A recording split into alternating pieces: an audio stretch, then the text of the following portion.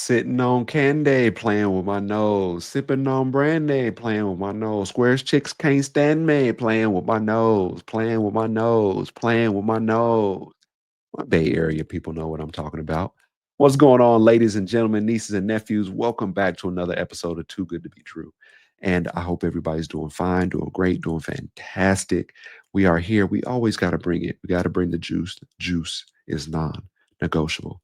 But this is a very good episode we have for you today because I'm going to talk about ADD/ADHD. I'm going to talk about the effects of that and my personal journey with ADHD/ADHD. And it's funny because when I talk about it, people are like, hold on, Drew, why are you going to talk about this? Because I was diagnosed with it, on my journey as a young adult.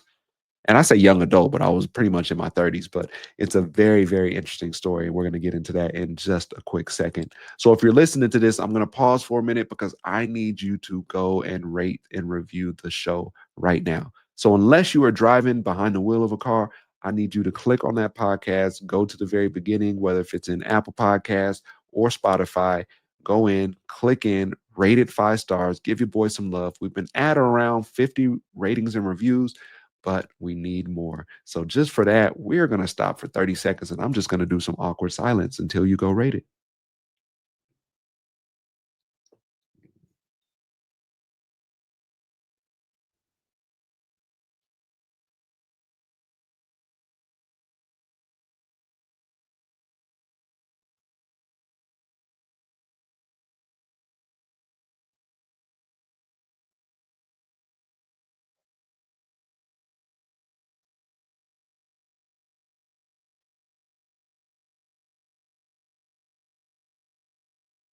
All righty. I think that was around 30 seconds of awkward silence on this podcast that you might have even skipped over, or you just plain old switch to another podcast, which, it is what it is. But I need these ratings just to push it up in the Apple charts, but more so just to get it more notoriety that it is a good show, that it brings value to people, and that it should be listened to by even more people than it already is. So I thank you for your support. I thank you for your feedback. I love you guys. You guys know that. Love you guys to the moon and back. So I appreciate you guys, my fans, my listeners, my family, my friends, those tuning in, those spreading the word. I appreciate you guys 100%. But as we get into this episode today and talk about ADD/ADHD, I just found out that I had that when we were going through COVID. And I was working as the director of player development at UCLA. Now everybody asks, like, bro, you played football at a high level, you played football in college, you got a college degree, you got all these certificates and these other degrees that you have, and you play professionally. You How did you go this long without noticing that you had this problem? And it's something that, like, even right now, my mind is racing. I'm sitting down, I'm doing this show, but there are hundreds of things going through my mind, talking about this weekend, clients I need to touch base with, worksheets I need to send some people. And that could be regular for most people, but I'm saying, like, for me, these thoughts never really end. And even when I'm kicking back and I'm chilling, my mind is still going 100 miles a minute.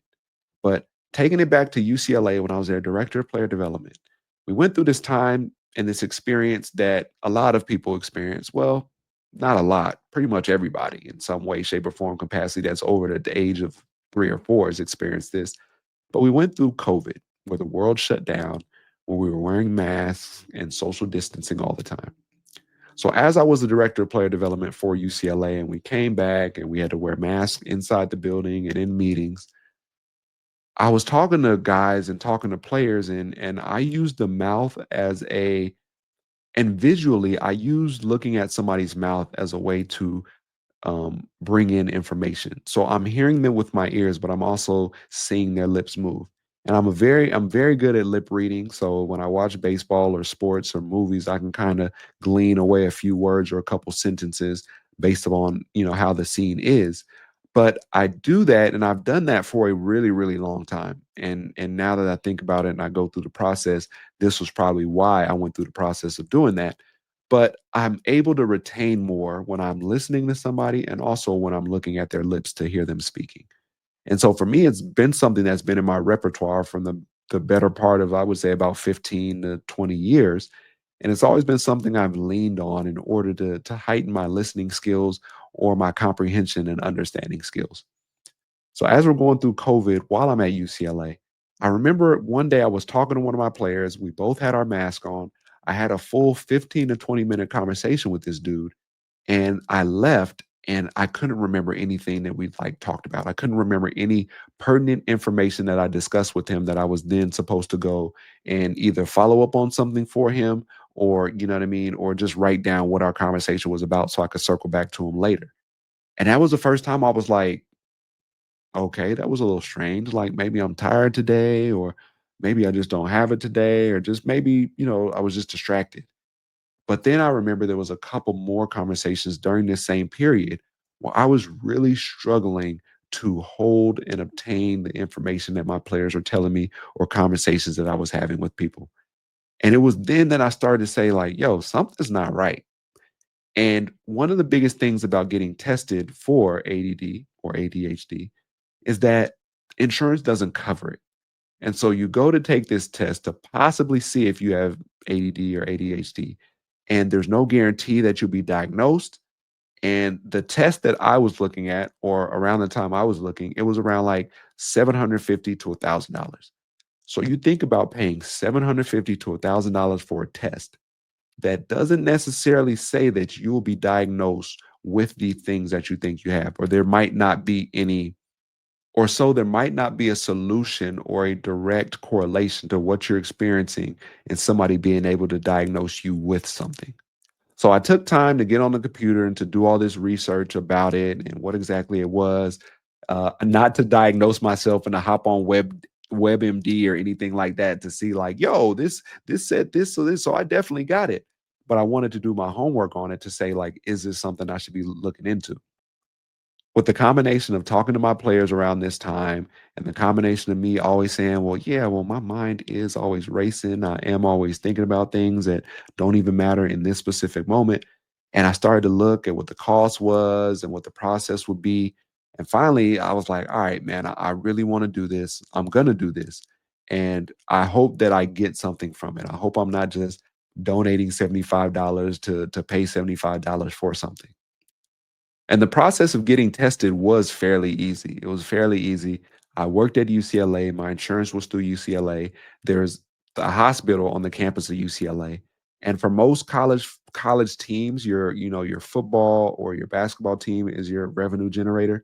For UCLA, their generator for their money at school or on campus is their hospital. They have a hospital right on campus, the children's hospital right there. So like all my appointments and things that I needed were all right there on campus. And so I did the research, I did what I needed to do. I scheduled an appointment. I begrudgingly paid the money to do this. And the testing was difficult. Like the stuff the hoops I had to jump through, it was about, I want to say 2 or 3 hours of testing that I had to go through. And I did it virtually because, like I said, all this stuff is going down through COVID. And a lot of the stuff that we went through, or the tests that we went through, I remember doing in some way, shape, or form with my background in psychology in college or through my grad school classes at graduate school. And the tests were like, memory based stuff and really, really hard things that are hard to do regardless of if you have any hindrances. And one of the tests was you get this whole list of colors. It says, the word says red, blue, green, whatever it might be. But then they had that, but then there would also be another test where it was like, the same words, but red was written in blue, blue was written in green, black was written in white, or another color, yellow, let's say. And so there was times you had to go through and she says, okay, say the word, say what the word is. And then you go through red, blue, green, yellow, gray, whatever. Then she said, okay, now the word might say red, but now say what color that word is. So you had to actively go through, and the word that said red but was written in yellow, you had to say yellow. The word blue that was written in red, you had to say red. And so the testing was very, very difficult. Like, I'm not even gonna lie, even if I didn't have or didn't get diagnosed with ADHD, like I would have probably still failed that test because it's hard. Like you have to be able to do these things on the run, and a lot of the things were hard. There were some things with shape, there was some things with memory, there was a whole bunch of stuff. So mind you, there's 2, 3 hours of testing, 3, 4 hours of testing. And based upon, how you scored on this testing would say if you fall in this kind of range to be considered as having ADD or ADHD. So after all this testing, come to find out I did fall on that scale. And I'm not gonna, like I said, like as I'm going through the test, I'm like, yo, I don't think I passed this. Like, if she tells me I passed this, then I need to go play the lottery or take a GRE or do something else because this was a lot of work and this was a lot that I poured into it. But like I said, it was hard and it was difficult. But I felt a lot better once I completed everything, knowing that there was something else that was really stopping me during this time. So honestly, if it wasn't for COVID, if it wasn't for these situations with me talking to my players and us wearing masks, I wouldn't have found out this other level of help I needed in order to concentrate more with being prescribed with Adderall and from being able to implement that into my life to being more successful and to being more focused when it comes to the work I do, the clients that I work with, or just the people and relationships that are in my life that I needed to pay more attention to. Now, you'll say like, "Drew, like, you didn't know anything like this was happening in your life? Like, you never" like I said, I just thought my mind was very busy. And there'd be times like I'd have a conversation with somebody and I would just pull out the important information. It'll be like Charlie Brown's teacher speaking, and then I might hear da da da da da, such and such is at this school. Da da da da da, a birthday on Tuesday the 5th. Da da da da da. Oh, we're going out of town from Thursday to Monday. Like, and I remembered the major factors of a conversation, but I probably couldn't tell you, and not to even say the major factors, like I remembered selective things in conversations. And they usually either were very important or just not important information at all. So I thought like, my mind, not to say I'm like Rain Man or something, but I just thought like I'm just a selective listener. And then I traced my journey from, elementary school to middle school to high school. And like most boys are, I was a little bit immature. I did my work in class, but me and my boys, we just laugh and clown all the time and things like that. And so when I look at that, and then I look at my football career, and I just always remember I'd take copious notes. And my notes wouldn't necessarily be, about new information. They would be about things that a coach said 15, 20, 30 times. But me writing everything down was a way for me to stay engaged so my mind didn't wander. So the coach would be saying something, the coach could be telling a story about they ran this play, back in, '01 against this team, and I'd write it down and I'd possibly go look it up on YouTube later. But like I always tried to make sure that my mind was active and engaging with what I was going through or what I was doing at that point in time. And so I think that was my mechanism for battling, ADDs or ADHD because I think I noticed that like I was lacking something or that my mind would always be wandering off. And so I actively and probably unintentionally did more things to make sure that I stayed in the parameters of what was going on. And so I kind of like, self-regulated myself to operate like that. And I still operate like that to this day. Like we would go into meetings and we'd have coaches meetings and every coach would talk or they talk about players or they do academics. And I would write down everything. Such and such has to be in something in this class. That this his grandmother just passed away. This person has missed 2 workouts and has overslept. Like I would have all these copious notes that I would have to circle back with these players, but also because if I wasn't taking those notes, I'd be sitting down in this meeting room and I would just be daydreaming. And one of the major reasons I want to talk about this, because I know there's a lot of people that are going through similar things like this, whether they do have, attention deficit disorder or attention deficit hyperactive disorder, or also if they just haven't been tested yet, because that was one thing I learned. Like, it's not, you can't get this covered by insurance. Like, it costs a lot. And so, for somebody to reach down in their pocket or their bank account and pay 750 to $1,000 for this testing that they don't know is going to be beneficial, that's a lot of money that could potentially be wasted. But I'm glad that I did because now I know, like, okay, Drew, like you're not just crazy or you're not just tripping. Like these things have really affected your life, but you found safeguards to put into place to help you be successful at a lot of the stops you went through. And so, like I said, they prescribe me Adderall. I don't take it every day. I take it sparingly because I lose my appetite. And there's a whole bunch of things I want to talk about with getting on Adderall. And it's funny, quick flashback. I remember the first time I heard the word Adderall was in college, my freshman year at the University of Oregon. And like I said, y'all know I'm black. So we're like 1 or 2% black at Oregon during my time there. And I remember I was around some white people and they were talking about, oh my God, I got to study and do this and do that. They're like, yeah, I'm probably going to take some Adderall. And I was kind of like, what the hell is Adderall? And they offered me some, and I was like, "Nah, bro, I'm cool. Like, I ain't never heard of what Adderall is, and my mom don't know what this is, and I'm not trying to get caught up with y'all on no drug charges at school. I'm here to play football." But the funny thing is, I thought like Adderall, I thought it was like sniffing something.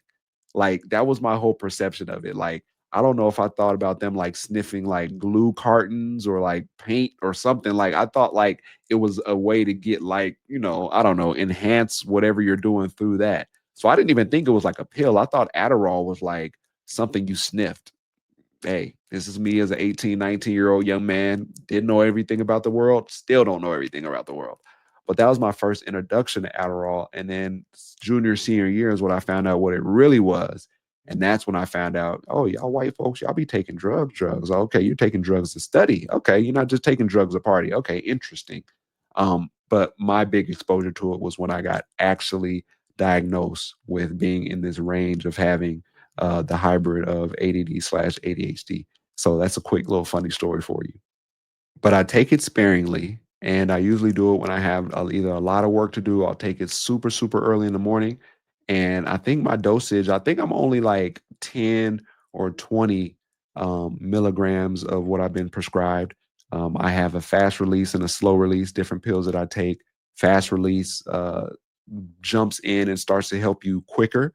So you take it and you kind of feel it within the first 10 or 15 minutes. Slow release, you might feel it in an hour, hour and a half. But either one, like my I've never taken or done cocaine or anything like that. And I'm not going to say, oh, it's similar to that. But the way I describe it is there's a movie called Limitless with Bradley Cooper, and he takes these pills, not these pills. I don't know exactly what he takes. It's these special pills that allow him to, like, he could write a book in a day or read like just crazy stuff. And I explain to people, like, that's how it feels when I'm on Adderall. Like, I'm over here, like, all right, cool. I can knock out all this paperwork I got to do for clients, or I could sit down and film 5 to 10 podcast episodes and just be rolling. And one of the ways I know that it's taking its effect or having an effect on me is at the rate at which I talk. I talk very fast, or I just operate very fast and twitchy. But if I take it early in the morning, I'll usually be able to go to sleep by the time it's time to wind down at night at 8 or 9 o'clock. But I noticed that when I was working at UCLA, if I took this at noon or midday, like, I would be restless and I couldn't fall asleep. Like, I'd be laying in my bed, you know, and wanting to do some work or wanting to knock something out and get it done. So I definitely had to be safe in that context as far as how I used it, but also taking those pills, it will curb my appetite. And so low key, like, if I took Adderall in the morning, like, before I ate, like, I might eat one meal that day, and it's because I forced myself to. Like, I didn't have, like, any desire to eat, and that's one of the side effects of taking Adderall is that it curbs your appetite. And so there's times I make sure I eat breakfast and then I could take my pill. And then those times I'll probably eat twice a day. But I also, like, would get on a treadmill and feel like I could run for 5 or 6 miles. So it's really a balance for those if you're diagnosed with it, or if you're taking it, which you shouldn't if it's not prescribed to you. But be careful of those things because you can end up losing just a lot of weight because you're not eating and you're trying to focus on this, and your brain is telling your stomach, like, I'm not hungry, like, because the chemicals that you put in your body. And so those are two of the biggest things that I kind of had to watch were my appetite, and then also just what I take it, because it would kind of mess up my sleep regulation and what time I was going to sleep and when I was waking up, and it would mess me up for the whole week. But this is one of the most important things I did in my life, was getting tested for this and finding out that I do indeed have some way, shape, or form of it. Because now I'm more knowledgeable and can talk about it and talk about my experience with it. And I meet some people that are like, "Yeah, I have it," and I'm like, "All right, have you got tested?" "Nah, not really, but I know I have it." I try to challenge everybody. If you think you have it, either one of these, go get tested for it. Save up the money, spend the money to do it, because then you can get the proper prescriptions that you need in order to go out in this world and be successful with the things that are happening to you. And so this episode, I just want to talk about my personal journey with it. And it's been a great journey with it, just knowing and being more knowledgeable about it and the effects and what percent of the population is struggling with this. And I also feel that just with the time that we're in the world, that there are, a lot of young people where the attention span it just isn't there. And so, instead of people automatically self-diagnosing themselves saying I have this, people that can really say, okay, I went and saw a specialist, I got tested, I do have this, are two different things. And so just knowing how quickly we are about instant gratification and, looking at TikToks for 15, 30 seconds and getting those hits of dopamine that we get, I think it's very important to not self-diagnose, to make sure that we're getting tested and we're really going to see professionals and talking to professionals about this. And then lastly, that if we do find out that we are diagnosed with this, that we're taking the proper steps and we're being safe and being able to take those pills and take those medications in order to make us successful in the classroom, at work, and in our friendships. I hope you guys have enjoyed this talk and me talking about my journey with attention deficit disorder and also attention deficit hyperactive disorder. That's one thing I didn't say through this whole episode of the actual meanings of these words. But if this episode resonated with you anyway, if you're going through some of the same things that I went through, feel free to reach out to me in the show notes, click contact, it'll take you right to my page, and you'll be able to send me what you need to send me or just ask your question. And maybe I'll talk about it or answer it on the show. But once again, this is me just being vulnerable, me having these conversations, knowing that there are more people in the world going through this. And that I hope if you're going through this, that you're able to take the right and precautionary steps to reach and seek the best clinical help that you can go get. So once again, I'm Uncle Drew. Another episode of Too Good to Be Drew. I'll talk to you guys soon. Stay healthy.